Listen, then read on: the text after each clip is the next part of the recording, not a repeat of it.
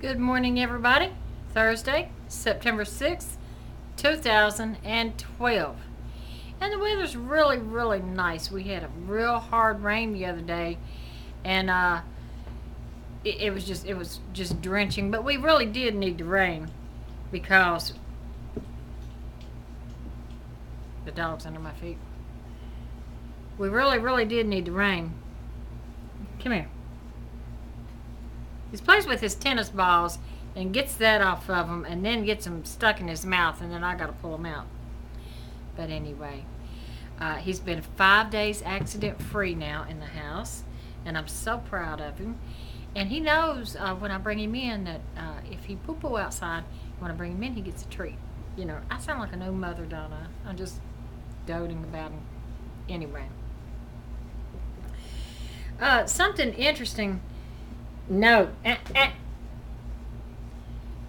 Something interesting that I saw on the news, and it was bizarre that somebody hadn't already looked into this, but they said that cancer research says that more people are getting lung cancer that don't smoke.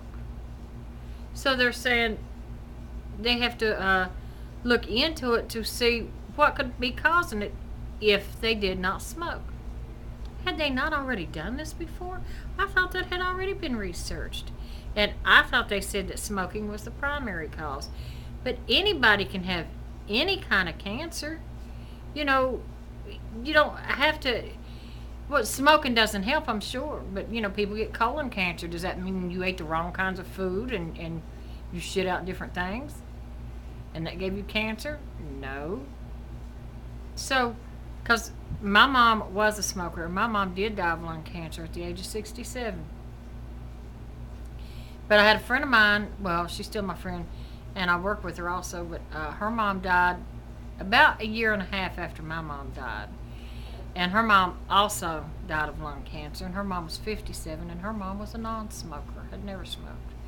So for them to have said all these years that smoking was the primary cause, you know, there's many things I'm assuming that could cause lung cancer. Look at back in the days, and some people I'm sure still do, have wood burning stoves and burned coal. You know, when you open the doors on those stoves, sometimes, you know, the smoke comes out. You know, or if you're building the fire, or sometimes the fire don't want to stay lit, and you got to keep poking it up, and then, you know, you're inhaling some of the fumes of the smoke, so, you know, that could cause it too. It's not just smoking. Look at George Burns, and what he died in his 90s, and he always had that cigar hanging out of his mouth. You know, look at all the smokers that lived for many, many years, and sometimes smokers were never even affected at all. So again, I think it's basically, it depends on your lifestyle, but genetics has a role to play. You know, so. Some people get ovarian cancer. Some people, you know, like I said, get colon cancer, different kinds of cancer. I knew a woman that had cancer in her 40s, and then she had two daughters to die in their 30s of the same kind of cancer. So, genetics has a lot to do with it, too. But anyway, let me see what he's doing. He's been 5 days accident free, but I still got to keep my eye on him. Make sure where he goes and what he's doing, because he's learning pretty good, and I want to keep him on the right track. September 11th will be coming up next week, and it will be 11 years. So, you know, I might do a video about that. I might not. You know, do you still remember what you were doing? Just think, how would it be? A lot of the kids born then would be in middle school now. Isn't that how it goes? That's just bizarre. I remember it like it was yesterday. My husband was still alive. My mom was still alive. Remember it vividly.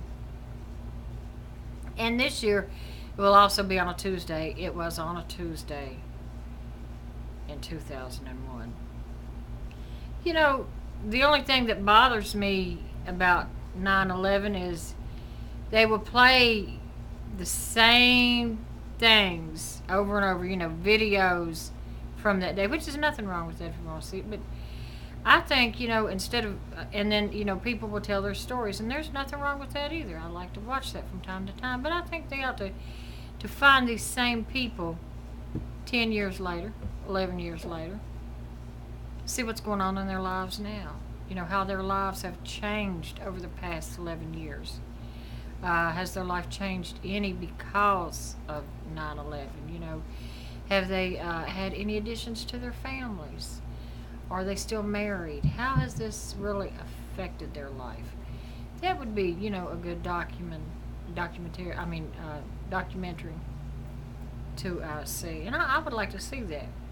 I would like to see people talk about how their lives have been over the past 11 years. I know mine has certainly changed a lot, even though I wasn't involved in 9/11, but everybody's has, I guess. But that would just be interesting rather than to watch the same thing every year. Matter of fact, I have the 9/11 thing on DVD also. Anyway, I've babbled on long enough, and so until next time, bye bye.